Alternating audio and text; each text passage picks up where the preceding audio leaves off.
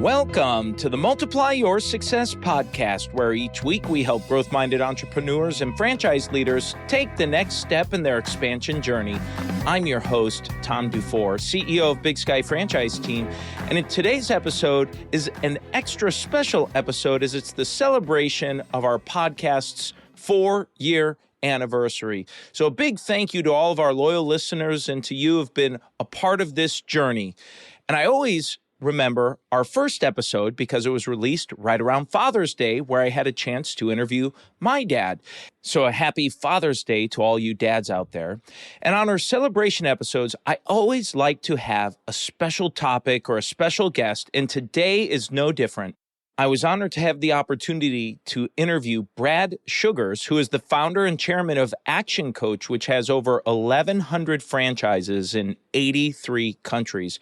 Brad shares with us some key insights into marketing and growing a business, the 3 phases to growing your franchise system from 1 to 100 franchises, and the 5 sales that occur during the franchise sales process.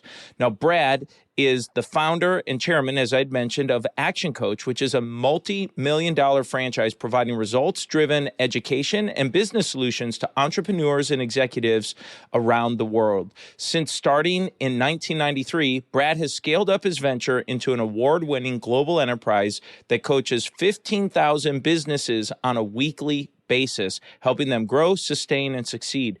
With over 30 years of experience in the entrepreneurial space, Brad has established himself as one of the world's leading business coaches. He has lent his professional expertise to 9+ companies as CEO, besides building his personal brand as a renowned business guru, keynote speaker, and best-selling author. And let me just say that this episode is jammed full of phenomenal information that Brad shares. And in fact, I think it's so good, you might even want to listen to this episode 2 times. So let's go ahead and jump right into my interview with Brad Sugars. So Brad Sugars, ActionCOACH, chairman and founder. So yeah, I get to drop the CEO title these days. I'd love for you just to talk a little bit about starting the business. And then I always like to ask people in franchising, what led you to franchising? You know, when I first started business coaching, there really was no business coaching. People would always say, is that like consulting? Because, you know, ActionCOACH, we're now almost 31 years old as a company. What led me to franchising, interestingly enough, was the desire to spread internationally. When I was in Australia, obviously, by my accent, grew up there, started the business there and opened offices across Australia and New Zealand, then wanted to open Singapore and Malaysia. And it was like, it's not going to work. So I sat with a buddy of mine. Now, I'd already been involved in 2 different other franchises, one in pet food and one in feather and down quilts and duvets and stuff. And so I sat with a buddy of mine. I said, do you think we could franchise white collar? Because at the time, the only other people in white-collar franchising, expense reduction analysts, and one of the tax guys, one of the tax companies was dabbling in franchising. So we tried to work it out, and eventually we did. And that's where, you know, white-collar franchising today is not, it just seems normal to people. But back when we started 30-odd years ago, there wasn't such a thing. It was, you went to a franchise expo and it was cleaning and burgers. And that was basically it, you know? Just the variety of industries you see franchising impacting has just changed so much from what people might think of, like you said, that cleaning or restaurant franchises for sure. As you've started expanding, what I always find fascinating with your business model is that you are in a business that coaches franchisees to coach. And I always find that very interesting. And so part of any franchise success is coaching and training and teaching. So I'd love for you to maybe share how you found to be effective in coaching or training a group of coaches to then go and coach. It's a very interesting setup there. Yeah, obviously, you know, our franchisee selection is a big part of that. You know, their backgrounds, what they've done. And it could be that they come from a great communication background, like a coaching or teaching type background, or it could be that they come from CEO of XYZ major corporation type thing, or somewhere in the middle. We do have a lot of road warriors, a lot of ex-bankers, you know, people that were around businesses a lot. And so sales and marketing people who, even though they're in sales, they're actually in solution providing. So a lot of the time they are coaching people and that communication. But what we've found is that the same as you create a systemic methodology to make a burger, there is a systemic methodology. After we'd coached about 13,500 clients, I wrote the book called The Business Coach. And that shows our systemic approach to growing a business. Because like baking a cake, there's a recipe. Growing a business, there's a recipe. And we go through 6 layers, the first being mastery, where we've got to take care of the fundamentals and the basics of the business first. Most franchises, that's a lot easier because they've already got that. The ZOR provided that to the Z's type thing. But there's still some cases where it's their first ever business. And Tom, someone their first ever business, they might be great at the technical side of it or the doing side of it, but they've not yet learned to be a business owner. And I was chatting with a guy the other day, actually. He was a marketing manager for a major company. He'd invest, 500 grand a year in marketing spend. And when it's not his money, he'd just cut the check. He's now in his own business and he's like, Brad, this is $500 in marketing. Should we do this? And I'm like, dude, I get it. There's an emotional difference, like a lot less zeros, but a lot more emotions when it is your own show. So we go the mastery, then we go to marketing because we got to take care of cash flow. And marketing is the fundamental lifeblood of a business. Business is about 2 things: get them and keep them. Get customers, keep customers. And so if your marketing to get them is broken, we got to fix that. If your marketing to keep them is broken, we got to fix that first, because there's no use. Usually we fix the keep first and the getting second, because there's no use getting new if you can't keep them type thing. And then from mastery, we go through to systemization, which again, in most franchises is relatively good because the ZOR has provided most of those. But there's still day-to-day systems that people need to develop. Then we move through and we look at their team building. Because again, management, leadership, all of those aspects of running a business, and then it's the scale and then the freedom that comes from it. So, I love helping business owners become better business owners, whether they're a Z or a ZOR or just a standalone business. One of the things in preparing for this that came up is this concept of really just customer-centric operations for entrepreneurial success. I'd love for you to share what that is. Yeah, so when you think about entrepreneurial success, it's about, as I mentioned before, get them and keep them. It's about buying customers. I wrote that book about buying customers because I wanted people to understand just how much it costs to get a customer. If you put $1,000 in advertising and you get 10 new customers, it costs you $100 to buy each one. And most businesses that fail in that beginning fail because they don't buy enough customers in the beginning. They just think, well, I've hung the shingle, it's going to work. And whether you're a franchise or not, hanging the shingle is step one. Beating the bushes, getting out there, getting your name known, doing all that sort of stuff, that takes the hard work sort of thing. But in the customer-centric, the way we do it is what we try and do is say, okay, and if you go back even 10 years ago, customer service was the thing. Now it's about the customer experience. And that experience starts way before they even buy from you. They've got an inkling they want to buy, or they've seen an ad or seen a billboard. That gives them their thought. From that thought, they then go and do research. So how are you thinking about the customer when they're researching, buying from you? Google's numbers are 7-11-4, which says they're going to do 7 hours, 11 interactions, and 4 different places they're going to research, whether that's an interaction on the phone or on your website or on your YouTube channel. But if you're not giving people 7 hours of content to browse, and that's on average, by the way, like if someone's buying a car, it's going to be a bit more. And if someone's buying a razor blade, it's going to be way less type thing. But we've got to give them that knowledge. And then what we want to do is have them raise their hand, so to speak. So download an ebook or attend a webinar we've got to get them to do something so they become a prospect to the organization and known to the organization. That's called an MQL, a marketing qualified lead. Then you got to nurture and do all that. And this is where, if you go back to the old know, like, and trust, and I was sitting with some salespeople just recently, and I said, okay, show me the bio that you send out to prospective people that you're going to go meet with. And they're like, well, I don't have a bio to send. I said, know, like, and trust starts with know. If they don't know you, if they don't know you have kids or a dog or what school you went to, or if you're a football person or a golf person, if they don't know any of that stuff about you, how can they like you or trust you?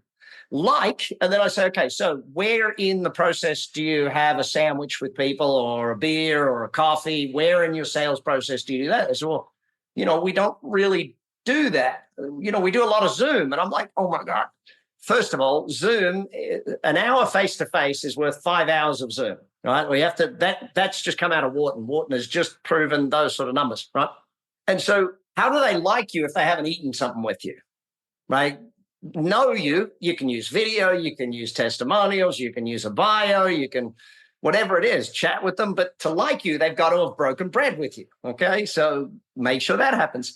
And then trust you comes because they realize you're an expert. So how do you prove your knowledge? And that's, again, comes back to, you could have written a book or do webinars or teach them something, educate them, those sorts of things. So that's the front end of that customer centric. And then once you've got them, then you got to keep them. So what does that experience then look like? That first 100 days, how you onboard a customer really determines the lifespan of it. Like, I'll give you an example for us at ActionCOACH. When a new client comes to us, they go through our business masterclass. It's 12 weeks. They watch a video for a half hour. It's me. So I say to them, every week you and I'll have lunch together. You get to sit with me at lunch and watch the video. But then they'll get together with their coach and a group of other business people and discuss, what did you learn? How are you going to implement it? What are you going to do? Because we've found that onboarding customers is kind of like, if you think of it like a TV show, you don't go to Netflix and go, okay, I'm going to start at season 3, episode 5. No, you start at season 1, episode 1. And so onboarding a client is like that first season of a show. Get them to learn all of the basics about your company, what is, what happens, where it works, how it works, what it is, all those things. And then building that whole relationship. I could spend days on that one, Tom. I love that subject. Phenomenal. And you started talking a little bit about this, but I find it interesting, this concept of buying customers for guaranteed results that you speak of. So I'd like for you just to dig into that a little bit more. Yeah. So when you look at marketing and specifically advertising, we'll touch on advertising as distinct, because, a referral campaign is marketing and you can use financial incentives to get referrals. And therefore it's a buying of customers type thing. If, let's say, I was doing an ad, so imagine I'm putting an ad on Facebook and I'm running an ad for my company. Well, there's a science to buying customers. So the first thing I do is I test concepts. Some written words on a blank background, test the concept, see if the concept works. Now, I might put $20 behind each of a dozen ideas. Does that make sense? And there are a dozen different ideas, usually broken into, we do sort of 4 categories and 3 versions of each category. From there, once we've tested that, then we go into testing the languaging behind it. And then we'll go through 6 phases of testing before we actually have an ad that we'll scale and stress test. Does that make sense? So it's about, the science behind it. I own 2 marketing agencies as well. It's like, because of our franchise needing customers, I found great marketing agencies and I bought shares of them because it was like, okay, can you just work for us? It's like, if you just do, because at ActionCOACH, we're just under 1,100 franchise partners in 83 countries. So it's like, the providers to do it, like even our HubSpot provider, it's like, no, you guys need to be bigger. You need more people because we've got 1,100 people for you to sustain. Even like Yelp the other day, I said, okay, we need all 480 of our US offices on Yelp. How are you going to do that? And they're like, we're going to need more people. I said, yes, you will. It's one of those things. But when it comes to the process of buying a customer, I learned this back when I had a dog food business, which was actually a franchise as well.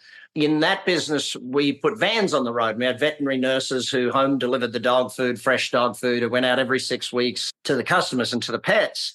Well, when we put a van on the road, we needed 60 customers. We didn't need 30 and we didn't need 120. If we got 120, well, our service went down because we couldn't deliver for 2 weeks type thing. If we only got 30, we didn't make a profit. So I had to learn, how much did it cost me to buy a customer? Now, in that particular example, our average first sale to a customer was $108, of which 38 was gross profit. So if I spent $20 buying a customer. So it was $20 out and $38 back. I have an unlimited marketing budget at that point. Well, the only limit was how many I can deliver, sort of thing, and which was 60 a week. And I still remember my radio ads were 20 for every $24.50 we spend in radio, we got a new customer. So it was $24.50 out, 38 back. Any genius in the world says, hey, if I give you 24 and you give me back 38, I'll do that all day long. But that's the essence of it, Tom. It's about how do you profitably buy lifetime customers. That's really my definition of marketing. And it's all about how do we get them and keep them so that there's a profit in that customer. I think that's an avenue, especially what I've seen in working with entrepreneurs my whole career. Oftentimes are great at getting customers. They understand that getting them, that marketing side of it. And then sometimes they lose interest when it's in the thick of whatever they're delivering on the operational side of it. With that founder or as that kind of visionary in their company, how have you seen in your years of coaching and working with your franchisees and coaches and clients along the way, some of those operational components to keep that customer?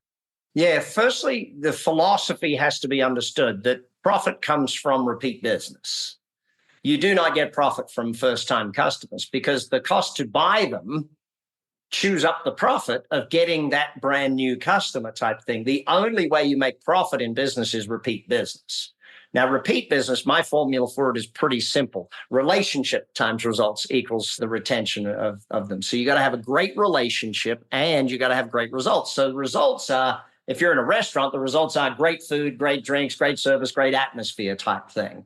If you're in, for us in business coaching, the results are getting the customer's business growing and getting them less stress and getting them working less hours, their team performing better.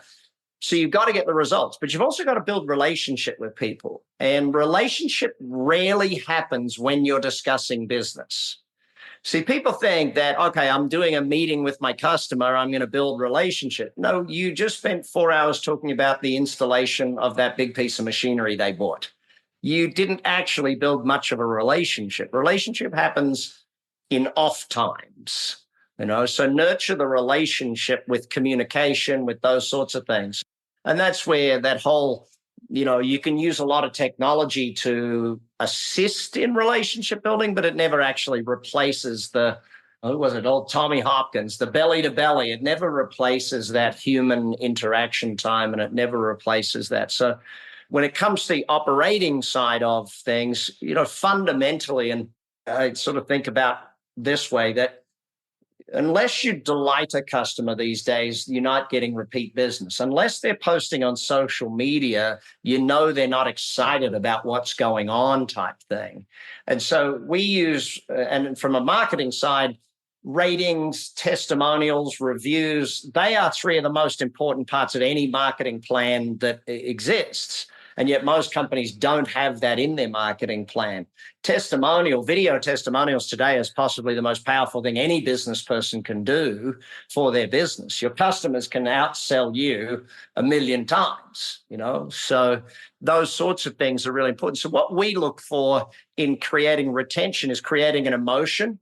If you look at most videos today that you see on YouTube, they're trying to give you information. Like most franchisors, when they're selling the franchise, are all about the information. Dude, emotion beats information. Emotion always beats information. So keep that side of it in as part of that relationship building. But that's where when we see them doing things like posting on social media, when we see them doing an unboxing of a product, when we see them tagging with their thing, I'll give you a simple example. One of the things we do at ActionCOACH is every franchise partner gives out awards every month to their members for high achievements, business growth, all the things that they do, sort of thing, that they got their first employee. If someone got their first employee, that should be celebrated. That gal or that guy needs an award. Now, here's the crazy thing. Every time we give them an award, Tom, and we take a photo of it, what do you think happens with that photograph? It goes up on their social media. And we do those full membership days, which are all about education and planning their business. But at the end of the day, when we get the most social media posts, when everyone goes to the bar and has a beer afterwards and hangs out with their friends, it all becomes a social thing. You know what I mean? that's where you got to build that relationship stuff into the business these days. And I think that because of the virtual viral nature of the world, we've stepped back a lot from that. We need to step more into it, I guess. We work with entrepreneurs that are franchising their business or emerging franchise brands. That tends to be the majority of clients that we work with. And I'd love for you to talk about, now it's been a while back since you went from kind of zero to maybe the first 100 franchisees in your system, but are there any lessons or things you might be able to share that you recall on how you went from zero to the first 100 in your system? I get that because ActionCOACH is the company I'm most known for, but I'm a partner in many other franchise companies, commercial cleaning, recruiting business. Now, our recruiting business literally started franchising at the end of last year. So it's going from its number one franchise last year to this year, we guess we're going to allocate about 22 new franchises. Here's the biggest challenge for that breakthrough, because when I say breakthrough, I mean when royalties are paying for all the bills. Where it's not new franchise sales paying the bills, it's royalties are paying the bills type thing. And so you go through, we sort of see three phases. Phase one is learning how to sell the franchise. That's phase number one on limited lead flow. Now, if you've got a burger chain, people can come in and try the burger and therefore they buy. If you're like, you guys us in white collar, it's, someone doesn't try the thing. It's like, it's a different way of doing it. Then you got to learn to market it. Okay. And marketing today of franchises is mostly about information provision. Provide the information. If someone was looking for a franchise with us, they can go to our YouTube channel and there's a line there called About ActionCOACH Franchise. And there's 9 videos at the start of that explain everything from how we do our marketing, how we train you, how we do our sales. It explains it all. So someone buying the franchise can see all of that. And interestingly enough, Tom, that shortened our sales cycle by about a third by having that information available to them on video rather than through a salesperson. All of those videos, by the way, are also turned into ebooks. So the people that like reading can read it and those who like viewing can view type thing. So selling it, marketing, and then once you've done that, actually scaling. And so the problem with a lot of it is you get used to selling 5 to 20 a year and you think that's the right number. No, you should. Once you've learned how to sell it and learned how to market it, then it's scale time. Then it's time to really go big, build a team that do it. Don't do it yourself. You got to build a sales manager, all of that sort of thing. And I think, Tom, it's you see this more than I do, obviously, that learning that you're actually in the franchise business, not the business coaching business or the coffee business or whatever it is. That's what that business does. You are no longer in that business. You are in the franchising business. And you've got to learn those skills as opposed to just the skills of the coffee shop or the burger or the cleaning or whatever the franchise is. That's exactly right. I often will tell our clients, while we may be helping you turn your business into a franchise system, what we're actually doing is teaching you how to think and act like a franchisor.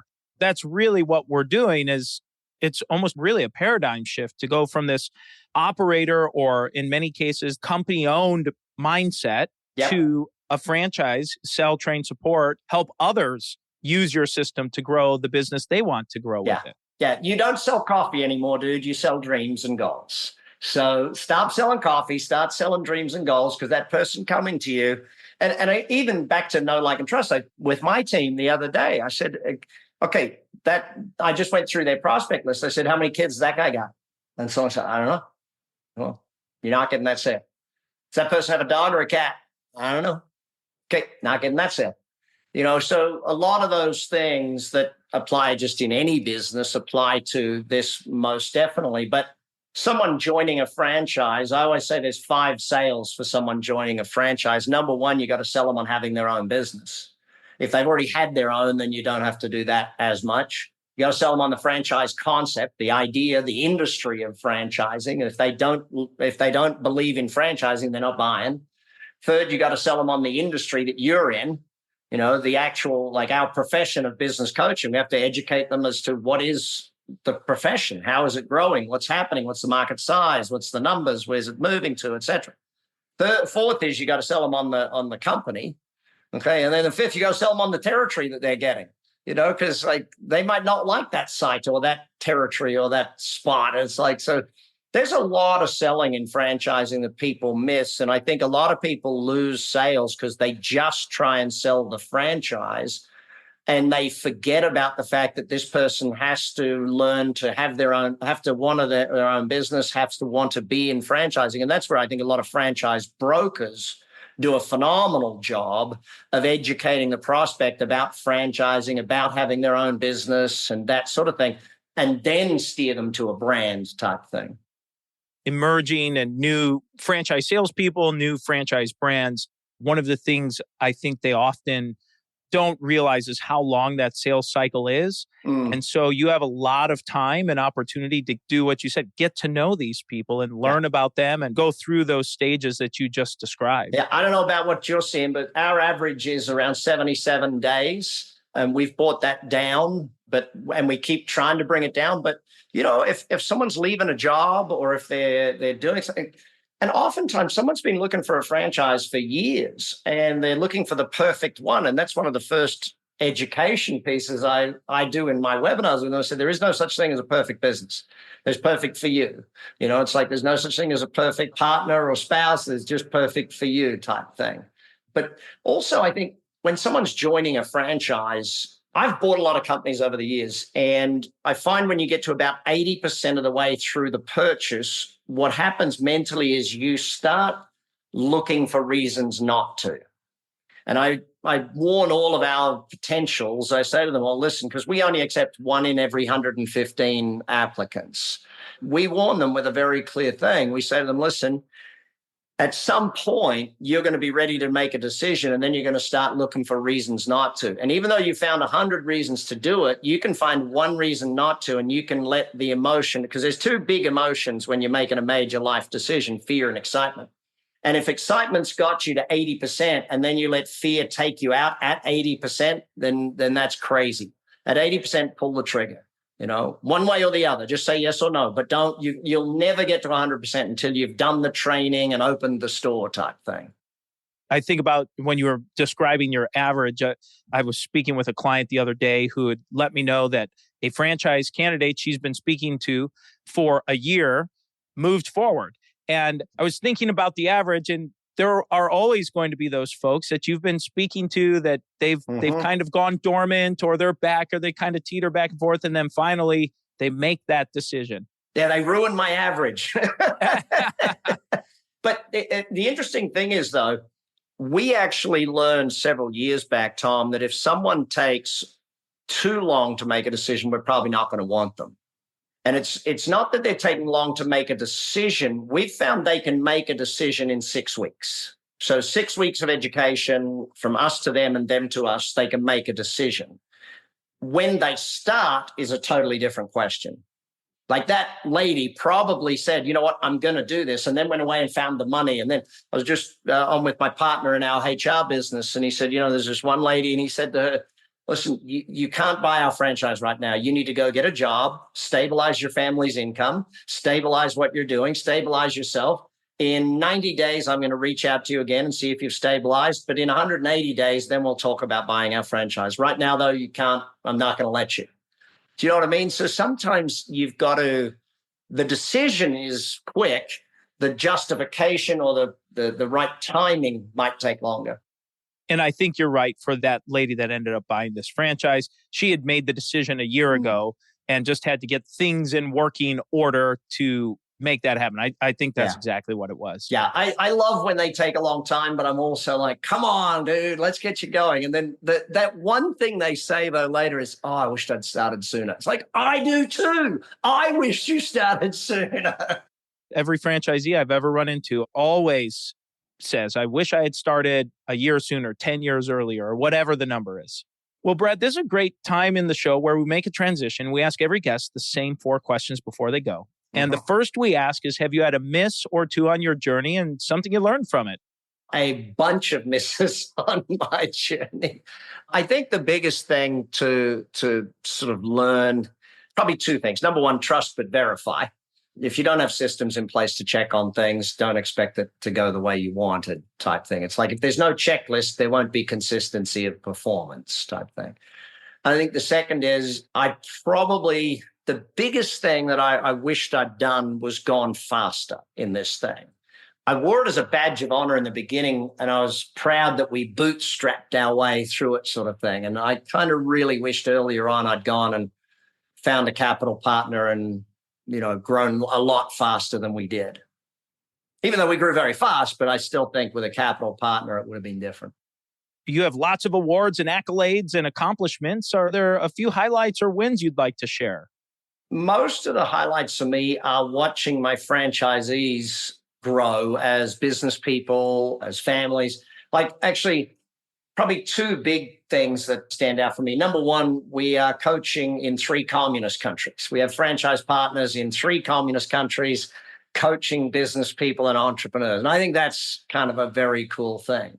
And the other one is that I have a lot of franchisees now where their kids are taking over the business.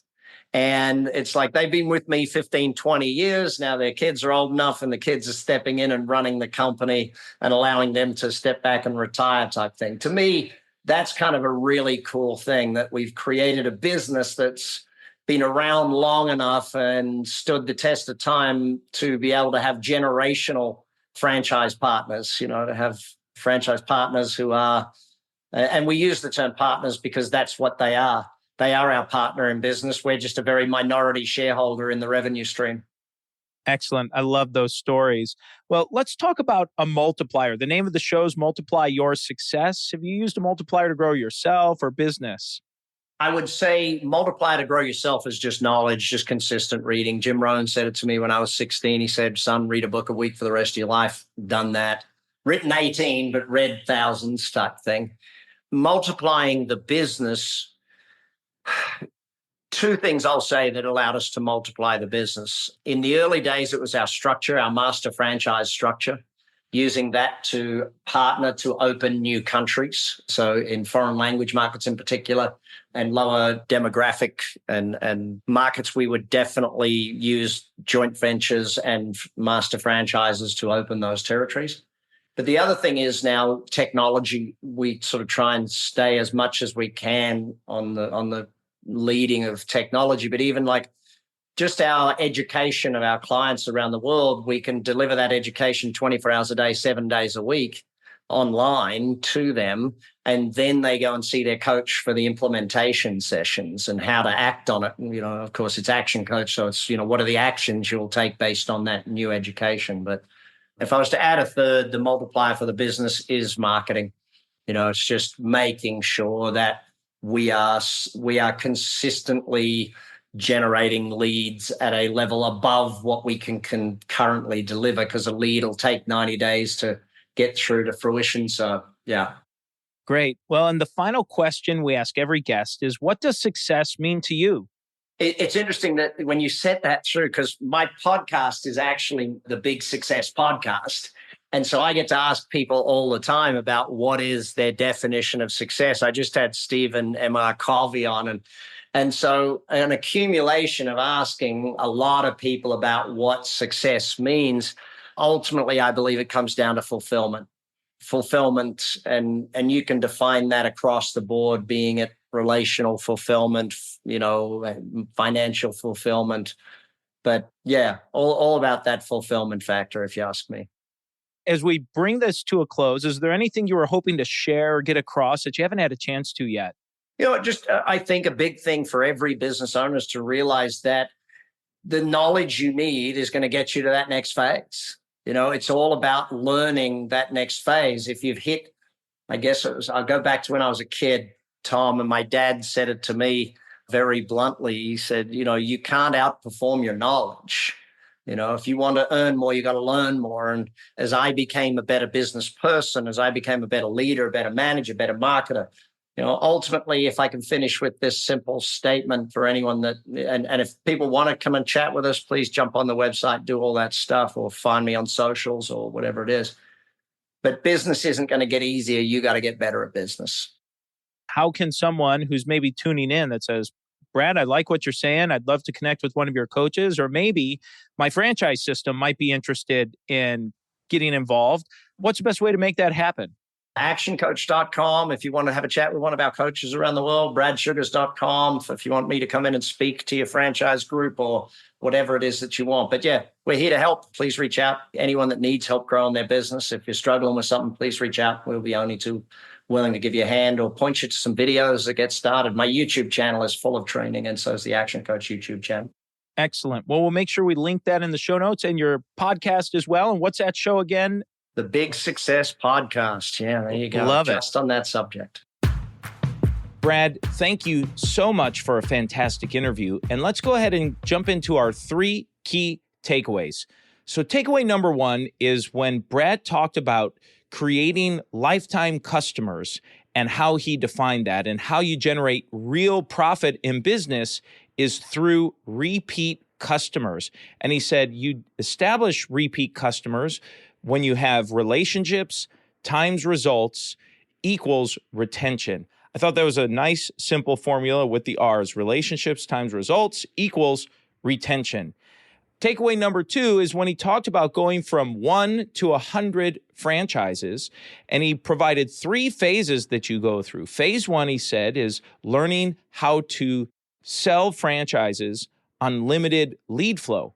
Phase 2 is learning how to market your franchise. And phase 3 is scaling. Once you learn how to sell, he described 5 to 20 franchises a year, then it's really learning and remembering that you're no longer in the primary business that you started. So as Brad had mentioned, maybe if you sell coffee or provide a professional coaching or consulting service or whatever business you're in or widgets you might be selling, you're now in the franchising business. And as Brad described, you're now selling dreams and goals.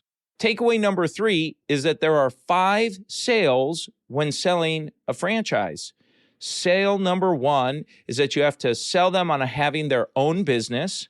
Number 2 is to sell them on franchising. Number 3 is to sell them on your industry. Number 4 is to sell them on your company. And number 5 is to sell them on the territory that they are going to be purchasing or getting as part of their franchise effort. And he said, even with his system, and I found this interesting, his average time to sell a franchise is 77 days.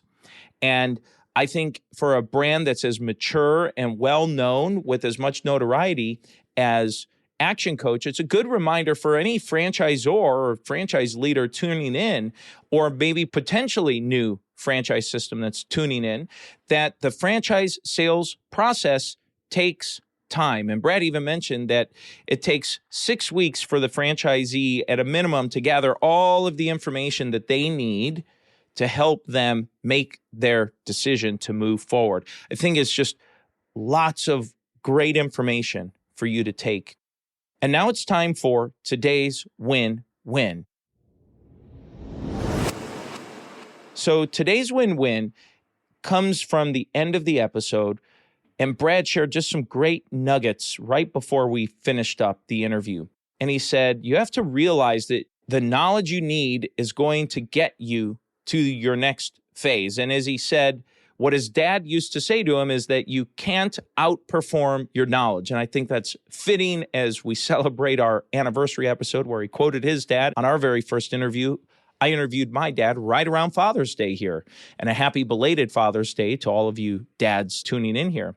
And he said, if you can't earn more, then you need to learn more. If you can't earn more, you need to learn more. I thought that was just a great thing to remember as you're going through that. And the bottom line is, as he said, that business is not getting easier. So you have to get better at business. And that learning helps you get there. Tuning into things like this, our podcast, and listening to great experts, thought leaders, and people who have been successful in their careers to provide us with little pieces of information. And so that's the episode today, folks. Please make sure you subscribe to the podcast and give us a review. And remember, if you or anyone you know might be ready to franchise their business or take their franchise company to the next level, please connect with us at BigSkyFranchiseTeam.com. Thanks for tuning in, and we look forward to having you back next week.